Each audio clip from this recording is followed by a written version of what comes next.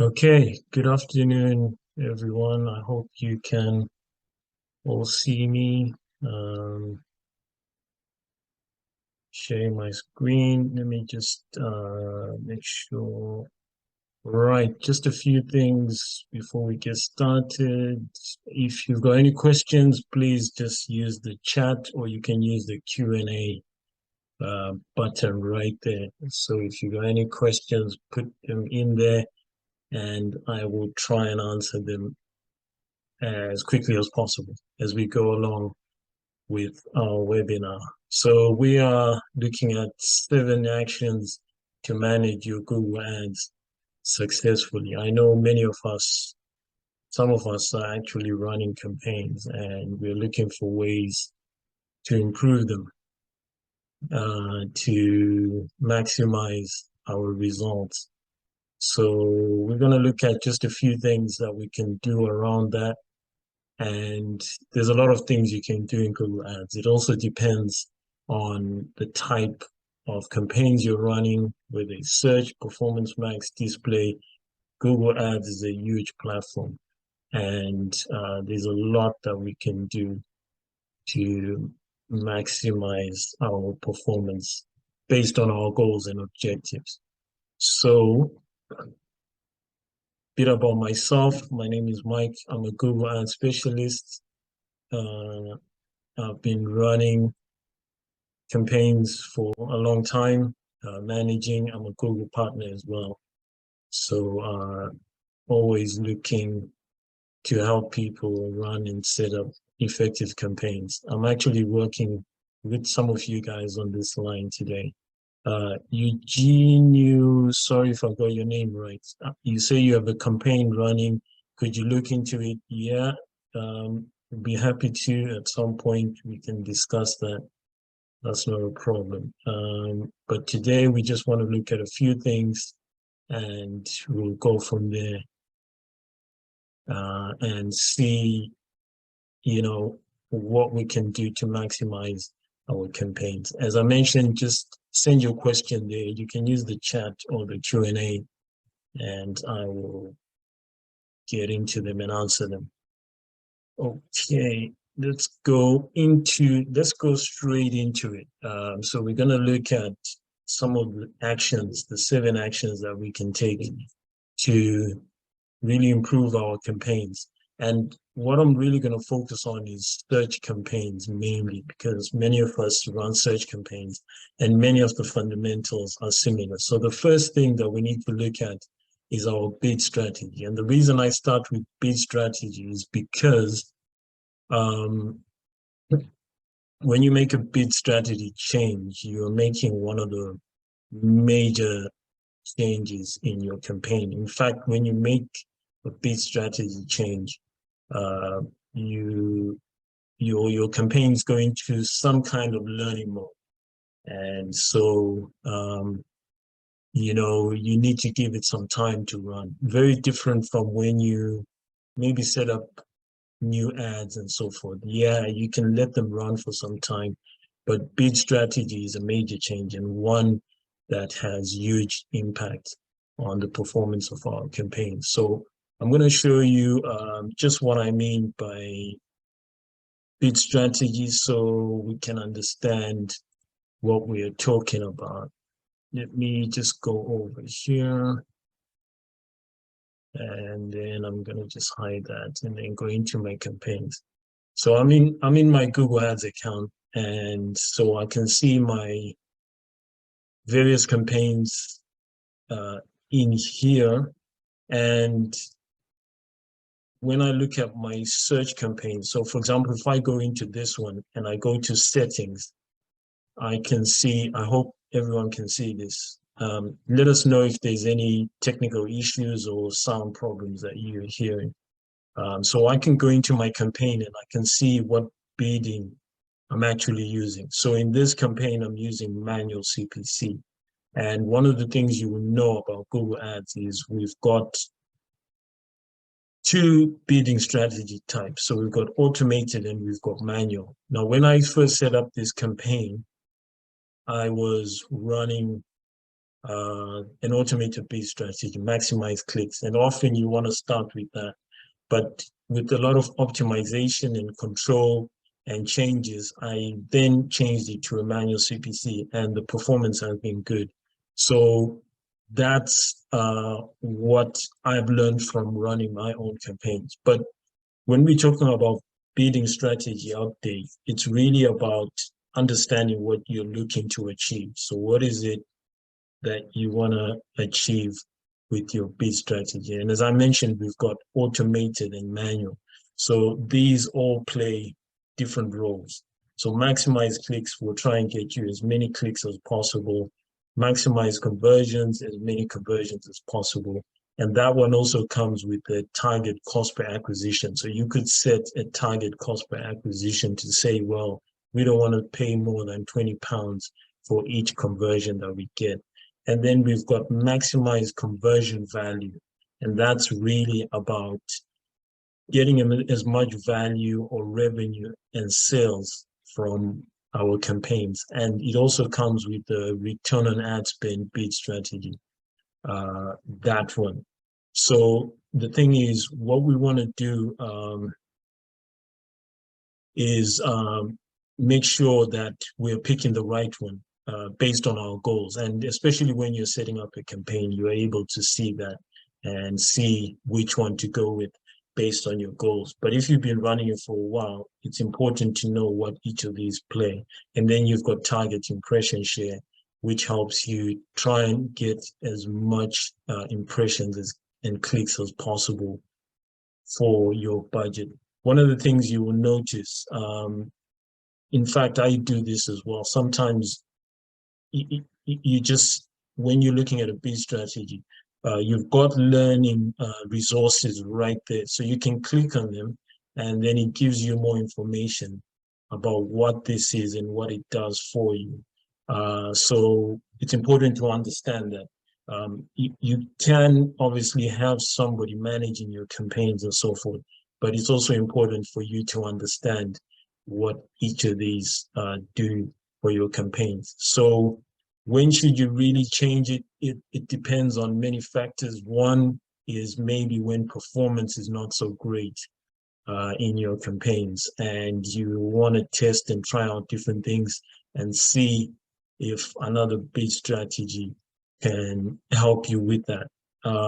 One of the things you will notice, if you go into recommendations, for example, sometimes you will get a recommendation to change your bid strategy. Let me see if I've got one.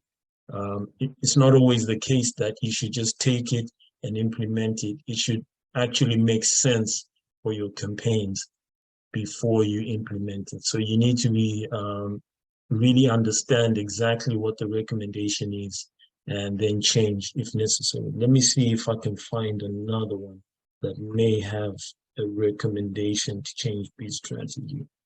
In this one, we don't have, but right. So there we've got one in this campaign. So it's saying top recommendation, bid more efficiently with maximized conversions.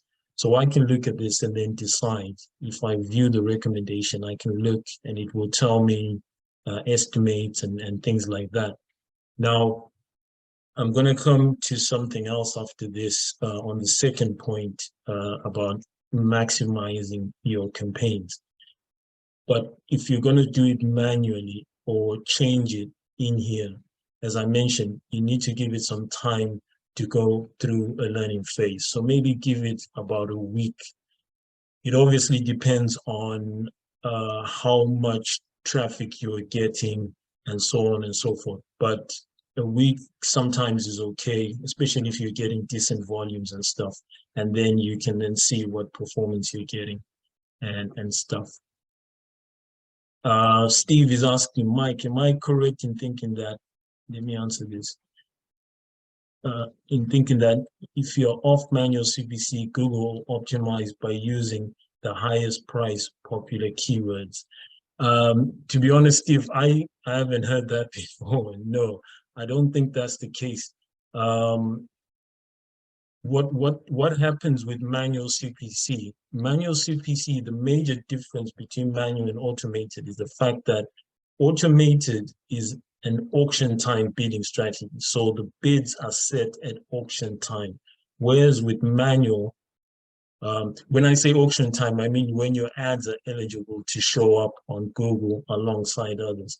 Now with manual, you setting a maximum amount and you're not setting it at auction time. So you're saying, I don't want to spend more than £2, for example, but you won't pay £2. What you pay is the minimum to help you pass the next competitor's ad rank threshold. There's a calculation around that. So if your next competitor is bidding £1.50, you're going to pay £1.51.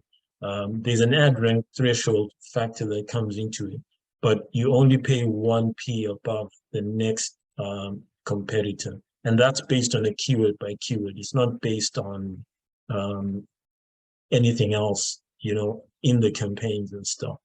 So it's just based on really manual CPC is really based on what everybody else is paying behind you, and ad rank thresholds and things like that.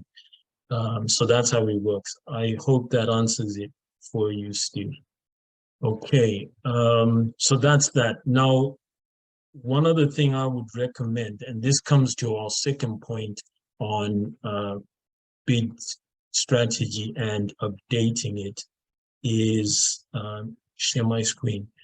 We need to create custom experiments. Now, the best way and the best approach to maximizing your bid strategy is what I would recommend is don't just change it in the campaign, especially if you're getting some good results and performance is not too bad. What you should try and do is try and create a custom experiment. So I'm going to try and create one quickly so you guys can see how it kind of works. There's many things you can test, but bid strategy is one of the most main things that we test. I mean, most tests that I do in experiments usually revolve around bid strategy. So I'm going to show you guys just how to create bid strategy based on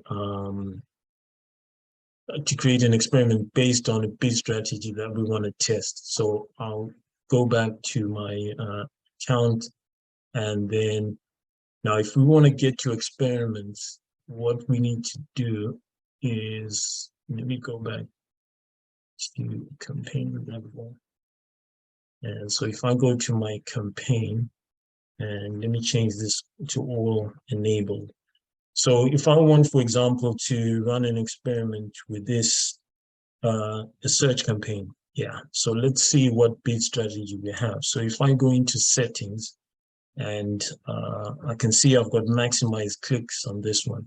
So I could say, let's test target cost per acquisition alongside this, and then see, will it work for us? Obviously, it's going to run after a day after we set it up. So what we need to do is we'll go back there, go to our campaigns, and then we scroll down, and then we see experiments right there.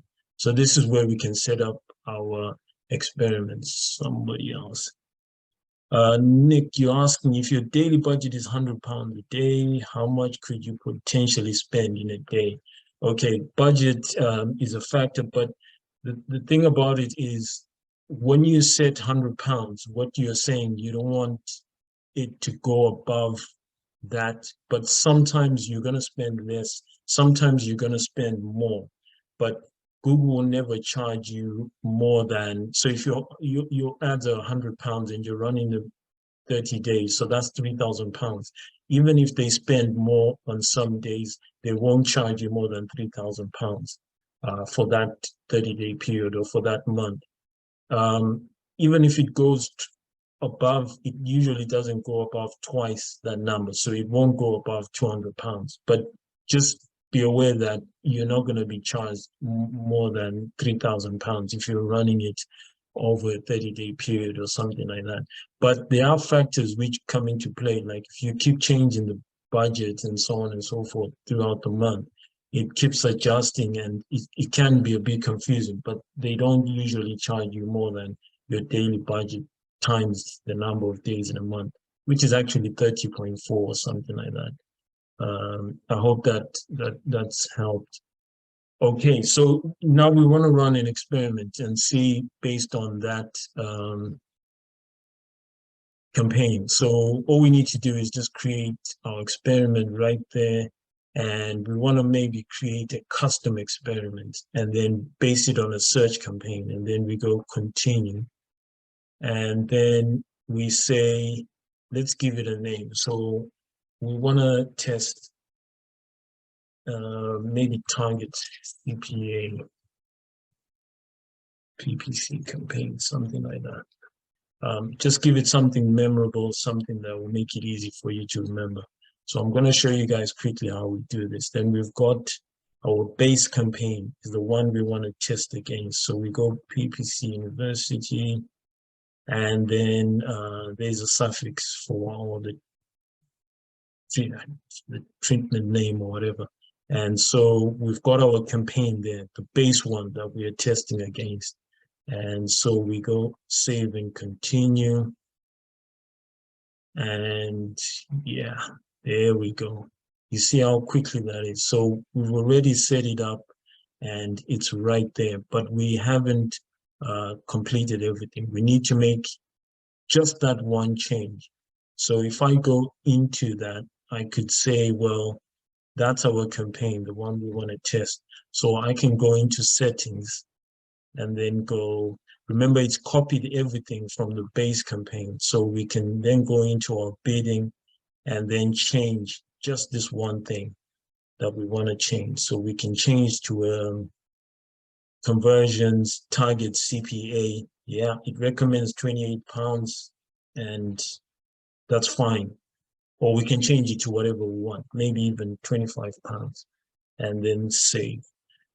Don't set it too low, because if you set it too low, then sometimes the system struggles to be efficient because it's automated, a lot of it, and it may struggle to get you some of the right positions for you to do well. So that's the campaign. I've made just the one thing. And when you're running experiments, try not to test too many different things at the same time. So this is more like a split test, try and test one thing at a time and learn from that and then move on to something else. Maybe next time you can test your ads and so forth. So that's our campaign right there. Gives us just an insight about what's in there and some of the ads and the locations we're targeting. And once we're happy with that, we can just look at our schedule and say, what are the metrics that we're trying to achieve? So we can pick two goals and say, for example, we want our cost per conversion to decrease or something like that. Cost per conversion, usually we want it to be lower. So that's a great thing. We can just go with that. But we could also say, well, we also want our conversions to increase, something like that. And yeah, just play around with this and see what makes sense for you based on your business and whatever you're trying to do. So if you're happy with that, and then you need to pick your experiment split. Ideally, I would say split it between 50-50%, your trial campaign and your base campaign. So it says select a portion of your original campaign's traffic and budget for the experiment. You can move this around if you want, but yeah, let's leave it at 50%, something like that. And we can always adjust it maybe later. And then you can set a date when you want it to run. Generally, you can't start it today. It's always from tomorrow going forward. So anytime in the future. And then you can say duration, 14 days, usually standard, or you can run it indefinitely if you want, and then stop it whenever you want. That will depend on things like your traffic and so forth. And then an important thing, sometimes the base campaign, sometimes you may make some changes to it. So you can allow the system to sync those changes to your changes made to your base campaign to be synced into your trial campaign so that you still have the same information. Because if you change anything on the base campaign and you don't change it in our trial campaign, then it really messes up the experiment. So I would say leave the sync on, and then that's it. And you're done and you're good to go. All you need to do is just create experiment, and then you're good to go. I'm not going to create that because that's not an experiment I want to run, but it's that simple. But there's so many different experiments that you can create, and so many things you can test, and so many things you can run, and I highly recommend you try that. So that's my second tip on how to improve actions to improve your campaigns. Now we're going to look at something that's also very important, which relates to our audiences. So we can use audience targeting. Now, if you remember, I mentioned at the beginning, we are really focusing on search campaigns here. Now, my advice to a lot of clients I work with and people I work with is just when you're starting a campaign, try and target all the audiences out there. Don't narrow it down too much. So I know some of us, maybe we are targeting people above the age of 45, or, maybe ages 18 to 34 and so forth. That's fine. You can limit it. But for many businesses, we're not always too sure who is behind those searches. In fact, sometimes the Google system doesn't even have enough data. So it will come up as unknown, whether it's gender or whether it's age and stuff like that. So I'll show you now what I'm talking about in terms of audiences. Audiences are fine and they're important if you're running display and things like video and stuff like that. For search, our primary way we are advertising with search campaigns is keywords. So as long as a keyword is relevant, as long as the search term is relevant, it's important for us to appear for it. And then later we can optimize for audiences and stuff. So I'll show you just based on just one campaign so we can see what we're talking about.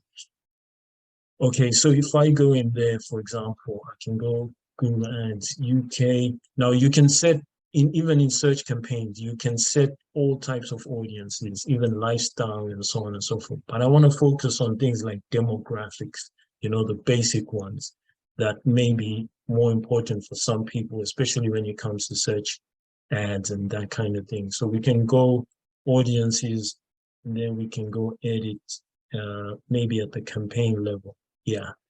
So, well, even in here, let me show you. This is where you can actually assign some of these audiences if you're really sure about them and they are relevant for your business. So you can set, for example, if you can target in your search campaign people who are in the business services kind of areas. But as I mentioned, with the search campaign, it's not always the case that we set up this kind of targeting, because you then narrow it down too much unless you've got a lot of data and now you understand based on audiences. But many times what we're looking at is things like these. So age, gender, household income. A lot of this obviously is for B2C and so on and so forth, but it's also quite relevant for B2B. Now, one of the things you'll notice, as I mentioned, we've got our age brackets right there, but we also have unknown. Recently, I was doing some training and someone asked me, how does Google know all this information about who is within an age and so on and so forth? The reality is that most people now have a Google account of some sort. So if you've got Gmail, even if you're not doing anything else, they have your data, especially if you've given the right data. They have information, and many of us have got Gmail accounts, we've got Google accounts, we've got YouTube and so on and so forth. So they collect this data and stuff, but there's still a large number of people that they don't have much data on. So you can see it right there. You can target them, but you can exclude them as well. And same thing with gender. So we've got female, male, unknown, and unknown is quite high.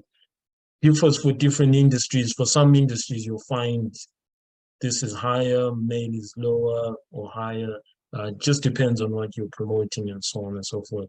And then household income, in this case, unknown. So these are some of the demographics that we can set. So if you've reached a point where maybe you've decided, you know what, I want to target people of a certain age group, so we can have it right here. So, oh yeah, down there, household income targeting is only available in select countries, generally Western, US, UK, Canada, Australia, those kind of countries. And yeah, so these are really the primary ones. We've got a question.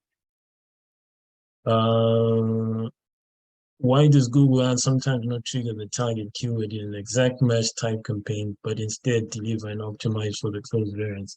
I think I'll try and answer that somewhere near the end. Thank you for that question. Let me just try and complete this, then we'll come to that shortly. So the thing is, these are some of the metrics. So you can always either deselect the ones that you don't want and just focus on the ones you want, whatever makes sense for you, and then save it. And then when you're now looking at your reports, you'll be able to see, like down here, just as you would normally look at keywords and stuff like that, you can see how many are coming from unknown, clicks, impressions, click-through rate, average cost per click, how many conversions we're getting for each of them.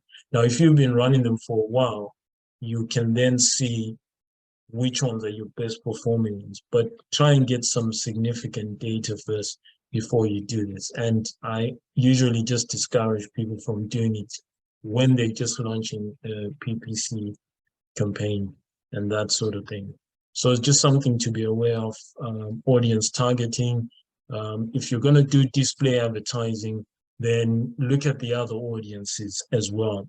Google is a very large platform. The Google network has got over 3 million websites that are part of its network. So you can advertise on all kinds of placements and apps, and you can create display campaigns, video campaigns, and you can create audiences right here if you wanted to, and then run them. Another thing is you can actually add audiences like I've done here, but not actually bid on them. They're just in observation. So you can then see how they're actually performing, but you're not actually narrowing it down in most cases. But you can then maybe put a bid adjustment if you wanted, and then actually go after them in that campaign or whatever other campaign you're running. So any questions around this, feel free to ask. Now, the fourth thing that we need to come to is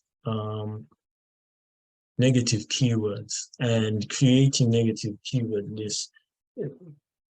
First thing to do, creating a negative keyword list is something you should do when you get started. When you first create your campaign, based on your knowledge of the industry, there are some words that just don't do well for your industry. And one of the ways to find them is when we're setting up campaigns, we need to do keyword research. So we need to research what we call positive keywords. These are keywords that we want to target and that we want to reach. That question, I'm going to come to it when we come to match types and how, why exact match doesn't seem to be exact match anymore. There's a lot of things that have happened around that.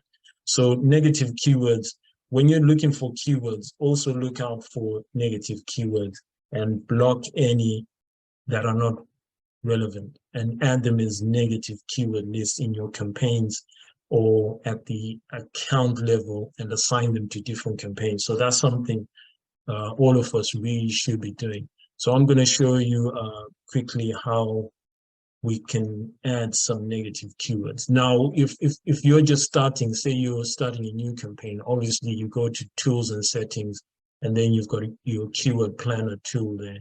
And that tool is gonna help you with your keyword research so you can discover new keywords. But as you're searching, you're gonna find some words which also relate to your keywords but are not relevant. So you can take them and add them as negative keywords. And that's something I'm gonna show you. Yeah, I'll come to that as well. You're asking when to use match types for negative keywords, phrase versus broad match. Okay, yeah, now that's an important one. And I'll show you how match types for negative keywords are similar for positive, but there are some slight differences. You can have match types around that. So I'll show you now what I'm talking about. So if I go into Google Ads UK, this is my campaign, so you can see what I'm talking about. So I've got my keywords there, and then I've also got my search terms right here, the searches that I'm getting for my campaign. Now, if I decided, you know what, I don't want my ad appearing for Google AdWords Manager, I can select it and add it as a negative keyword. I can add it as a keyword as well if I want, but because it's already appearing, maybe not really necessary to add it as a keyword. But if I wanted to block a particular word like that, I would select it, then add as negative keyword. And then I can add it at the ad group level, campaign level, or negative keyword list. If you notice, based on match types, this has changed it automatically to exact match because I've selected it right there. So it's going to add it as an exact match. One thing I've noticed, maybe people have seen different, but I'm very sure of this. Exact match with negative keywords is exact match. Even a plural, if someone searches plural, it's a different thing altogether. With negative keywords, exact match is exact. Only searches which are in this order with these exact words are going to be blocked if you put it as exact match. Now, if you put it as phrase match, um, it's gonna block exactly like this, but sometimes with other words around it. So you need to be careful about this one. So it could even block if someone searches Google AdWords Manager in London.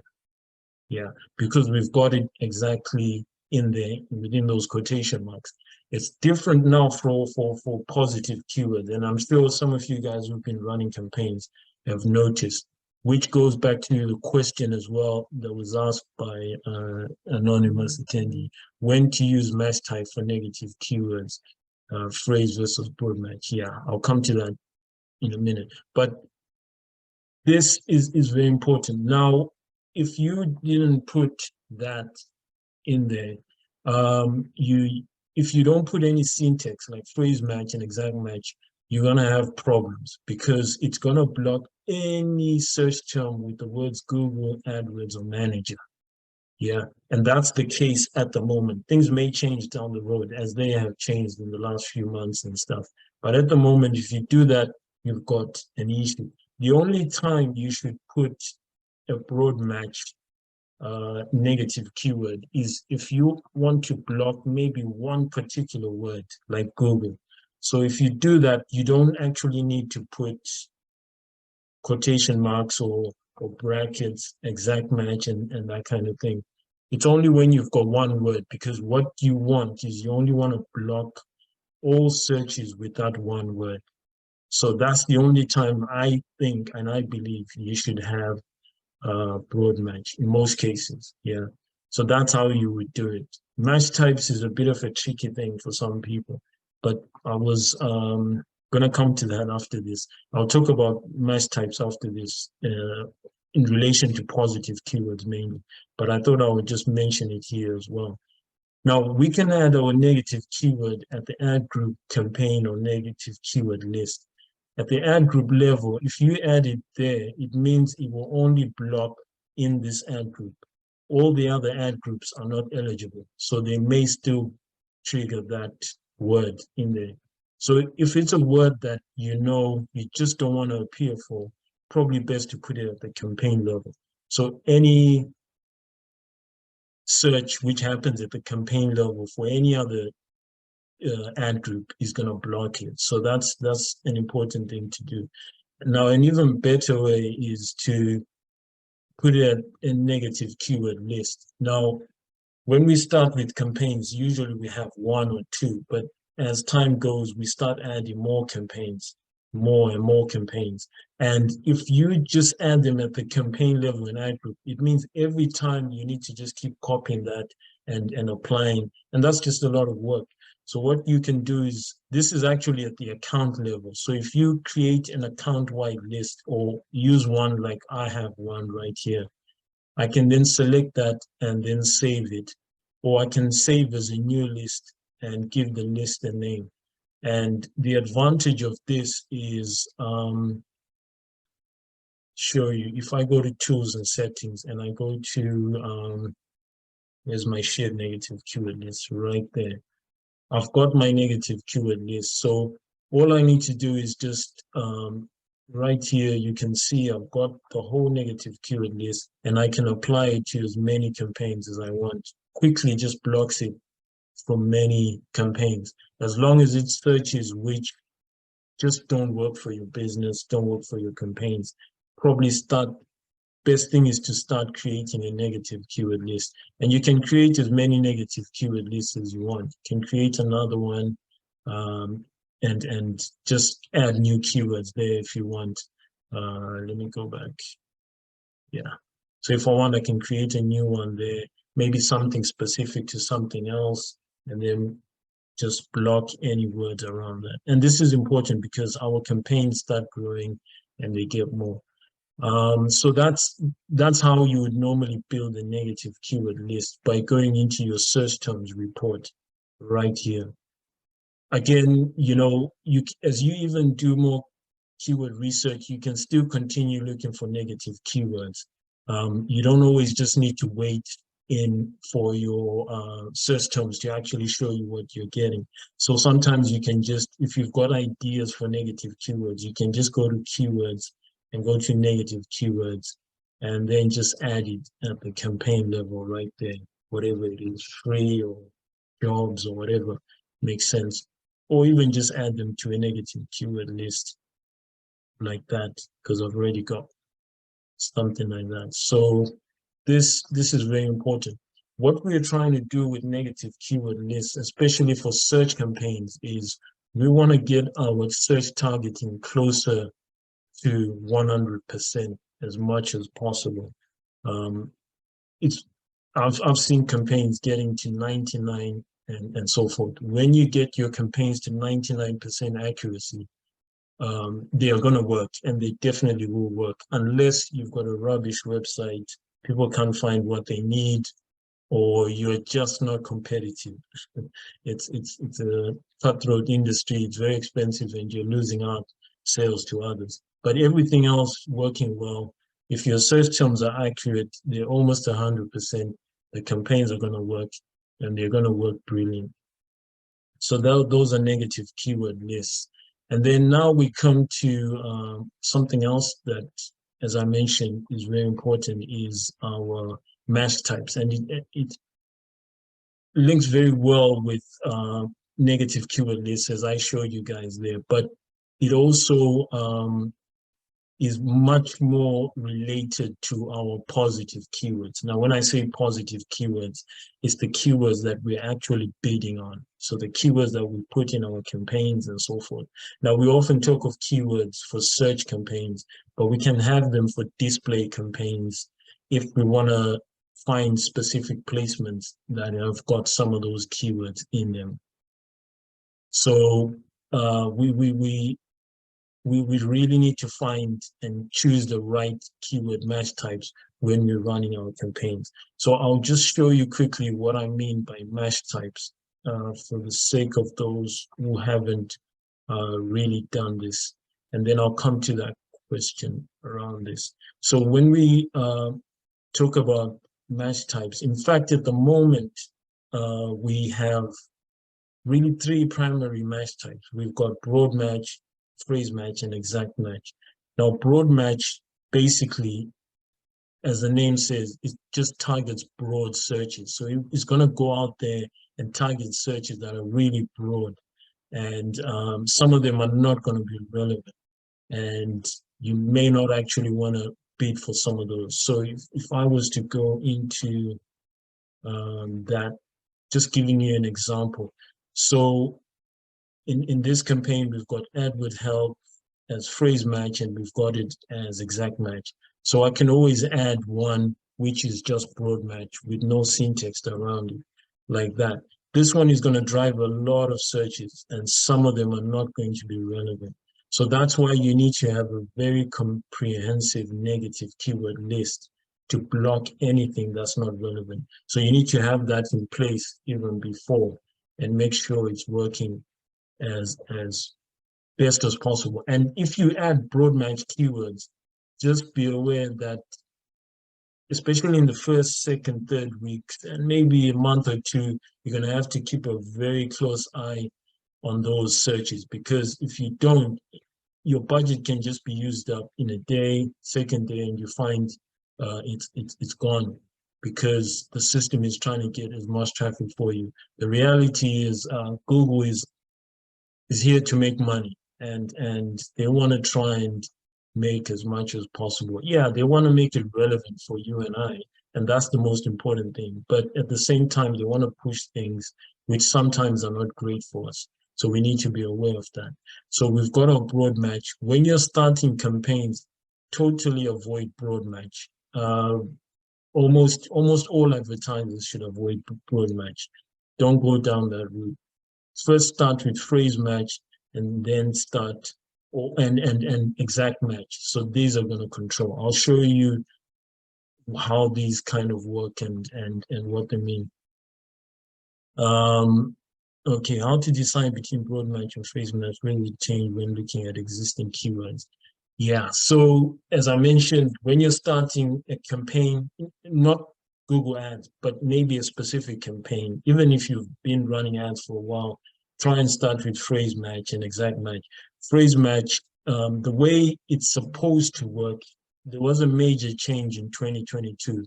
Phrase match, I'll be honest, is no longer phrase match. Now, before, phrase match it was a case that it would only trigger searches with these words in this order, these same words, and maybe some other words before and after. Now it will also trigger, these two words should be in the search for the ad to be triggered. But sometimes even if a word is in between, or even if it's a synonym or misspelling and abbreviations, acronyms, all these kind of things are now in play. I hope you guys can hear me. I don't know if the internet is stable. Yeah, so all of this is really affecting phrase match. It's not as bad as broad match, but it's no longer the phrase match that we knew before. So you also need to be careful with this. So this is one of the reasons why I say don't start with broad match, because broad match now is really crazy. I mean, if you put AdWords help in broad match, you could even get searches for things which are looking for help to do with other platforms like Bing and so forth, things which are totally out of the way of what you're actually trying to do. So that's something to be aware of. Okay, perfect. Thanks, Jasmine. Okay, so that's how phrase match is. It's no longer really phrase match, and I'll show you guys some examples. Well, it may differ for your account, but I've also found that I'm starting to get a lot of stuff which is not related. Exact match is no longer really exact match. And that goes to the question that was asked earlier. How should I decide between phrase and whether to change when looking at? Oh yeah, I think before you were asking about exact match and whether it's still exact match.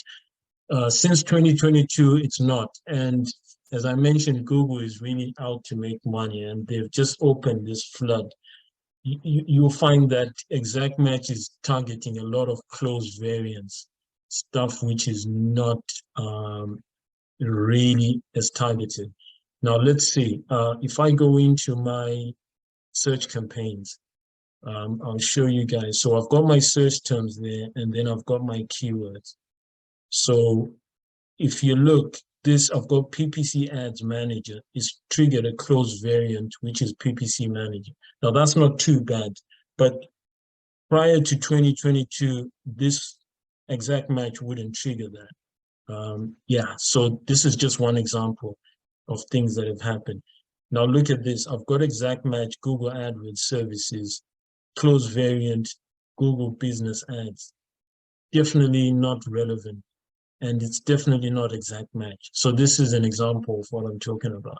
So we really need to be careful. Even phrase match, PPC agency in phrase match is saying white label PPC. So the algorithm is really sending a lot of searches that are not relevant, and it's giving us more work, more things to really focus on and go in and try and correct things, which is a challenge, you know. So we really need to look at that and make sure we're getting the right searches for our keywords. And it's worse for some industries than others. So whenever you set up new campaigns, don't just run them. Things have really changed when it comes to match types and so forth. So you can imagine if phrase and exact match are like this, I don't even really do broad match anymore. Broad match really is if you got if you really just want to run and test and see what's happening. But it's not usually the best thing. Yeah, so you're asking how to decide between broad and phrase. Don't start with broad match, start with phrase and exact match, and then keep adding your negative keywords and then see how it performs for you and then change it after a while. I hope that answers it. Okay. So another thing that we need to focus on um, here with you guys. The sixth point is really using the right ad assets and associations. One of the recent changes that Google made is that, well, it's really a change of name, but the features are quite similar. So we don't really have what we used to call extensions. Now they're more like associations and they're more like assets and so forth. And stuff. So what I'll show you guys is yeah, what my ad assets and associations look like. And these are very important because they make a difference to things like ad quality, quality scores, click-through rates, and all these kind of metrics. So they're important for that. So I'll go into my campaign right there, and then I'll go to ads and assets. Then I'll go to assets right there. Okay, so that's loading. So basically, associations really are, yeah, okay, I see that question. I'm coming to it. Should we pause existing keywords that haven't led to a click-through or keep running? One of the things that the recommendations is that any keyword that's not triggering any traffic or impressions and so forth should be removed. It's a good idea because, yeah, you may say at some point it's going to run, but if it hasn't had any impressions or clicks, it's just taking up space in your account. It makes it harder to manage and makes it even harder for the system. So probably just remove them.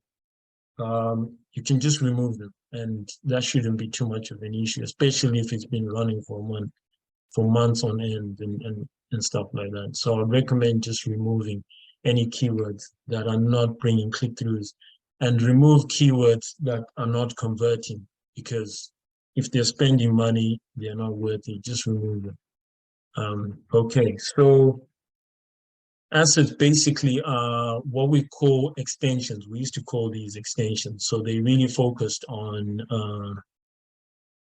you know, enhancements to our ads. Because normally when you look at an ad, there's your headlines, your descriptions, and so forth. Then you also have things like site links, which point to other sections of your website right there. You've got callouts, which are other text which highlight things about your business that may be important, but maybe not so important that you need to put them in the main headline. So maybe things like you've been in business for 15 years. Well, it's a good thing to have, but just put it in the call out extension. In your ads, try and put things like benefits, unique selling points, or features that are really, really important. And then put things like your phone number. You can also put a lead form on the ads, and people can then just contact from the ad and not need to go to your website and try and find the contact page. you still get charged when people use the lead form as a click normally. So there's many of these, as you can see at the moment. In fact, just a few days ago, Google just expanded these business logo. Yeah, I mean, it was there for some accounts, but I just noticed some accounts are starting to get business logo, business name. We just had these. Yeah. So these generally come up underneath the ad and they enhance your ads and make them more relevant. And then we've got things like images and stuff. So if you look down here, I've got structured snippets, I've got site links, just general text that help to enhance our ads. And I've put a lot, well, it's showing for many ad groups and stuff. Logo, call number, call out extensions, and things like that. So you can add these. And just to give you an example, maybe let's look at which one can we look at? We can look at call out, what they look like. So these ones are not clickable, but they just call out specific text around your business. So you can just put, you've got a 25 character limit, so you can just put those there and just enhances your ad. Now, if you don't put ad extensions or assets, as we call them now, or associations, what happens is if your competitors are doing this and they're doing it very well, they're going to get better quality scores, better click-through rates, better quality, conversions and conversion rates. So try and add these because they're quite important and they really enhance the ad and make them more targeted. So this one really is a no-brainer. Everybody should have some form of an extension in the ad somewhere there. So any questions around that, please ask away. And then away from our Google Ads account, one of the things that we desperately need to have is Google Analytics or some web analytics package. And that means we need to track all the actions that are taking place on our website. So yes, when we've got Google Ads, it's tracking and everything else, and we've got our reports. But if we want that enhanced tracking, we get it from Google Analytics. It's going to tell us a lot of things about engagement on our website. What are people doing on our websites? What actions are they completing? And so on and so forth. So I'm going to show you guys, what I'll show you is the Google Merchants store, merchandise store. It's a demo store and anyone can access it if they want, so you can see what's happening. If I don't get the features I want there, I'll probably change to mine, but let me show you what I mean. And I'm sure many of us have got Google Analytics. One of the major changes is that Google Analytics has been upgraded. So the old Universal Analytics is going out, and now we are getting the new GA4, Google Analytics 4. So we need to be making those transitions because the old Universal Analytics, though we still have it now, this is the new one though. Though we still have the old one, from July the 1st, it's not going to be processing any more data. So we really need to make that transition now and get the most of our Google Analytics reports and our tracking and stuff. So let me just check. All right. Yeah, so I'm on the right one. So what we have in this case is, yeah, so this is the Google Merchandise Store. It's a demo store. Anyone can access it and they can see what's happening. So in here, you can see all your reports for your different traffic sources. And that includes Google Ads, that includes Facebook ads, LinkedIn ads, email, organic. Because the problem is if you just focus on your Google Ads reports, you miss out on how all your traffic is interacting with each other. Some people come through a social media link first time, then maybe they'll come through organic, and then they'll click your text ad. Now, it may look like, you know, one channel is not working and so forth, but maybe it's helping to really bring people into your funnel and then take them through, something like that. So you need to be able to see all of that, and you can see all of that in Google Analytics. As you can see, there's just There's so many reports in here. It's crazy. The one I want is not here because these guys are not running Google Ads as they've got paid search, but I don't think they're adding. So what I'll do is I'll show you guys mine. Yeah, so hopefully you can see this. If I go to, yeah, so if I come down here in my life cycle acquisition reports, I can see all the different metrics that I have. So the languages people are using, my conversions, how many users new, and for the different channels I'm getting, organic search, paid search, direct display, and so on and so forth. So I can view Google Ads campaigns right here if I want. And I can then view it because some of these metrics are not actually in Google Ads. This gives you more insight. So I can see my campaigns that I have in there and I can customize my reports. For example, I can say, I want to see it for people in different countries. So I can add a secondary dimension there, and then it just breaks it down further and further, and then I can remove that. So this is where I can see some of my reports. I can also see it. These are campaigns. I can see it based on my keyword text right there. Should come up here. Okay, let's see. Let me change to add query. Yeah, I think it's loading. So I can see it based on my search terms, my ads, and I can see because some of these metrics are not in Google Ads. They're just Google Analytics metrics. So I can come in here and I can see how engaged based on sessions these people are. I can see how many sessions, not just users, how many sessions they had with different keywords, different search terms. And there's so many advanced tools in here. I think you can take a tutorial around Google Analytics. That's one of the things we're going to do a webinar around Google Analytics and how it can help you, not just with Google Ads, but with different platforms. So that's how you check your reports. A tool that I recommend, some of you may actually know it, is Google Data Studio. I think I mentioned it last time, where you can also create reports and share them with whoever you need to share them with. This is a free tool. It allows you to create really nice looking reports that show you your key metrics, your click-through rate and things like that. So you can see, right there, cost per click, conversion rate. You can create reports, download them, do it for different accounts, different campaigns. You can look at the graph, and I really like this one. It's a great one.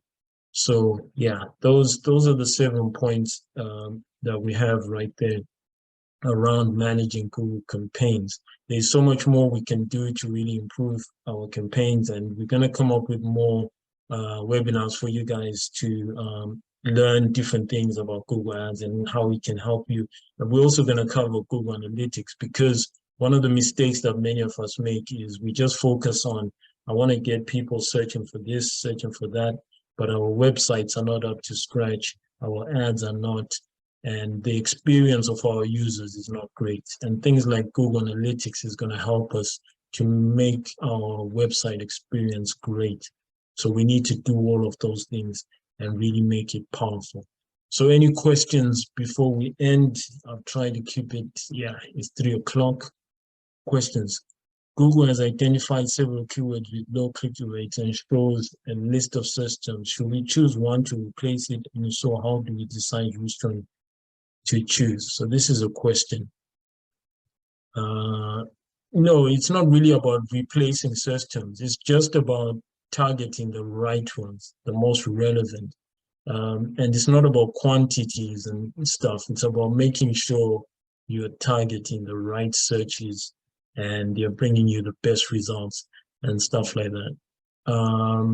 If something is not relevant, just remove it, because it's just going to spend your budget. Even if it's driving few searches, there's no point in appearing for it.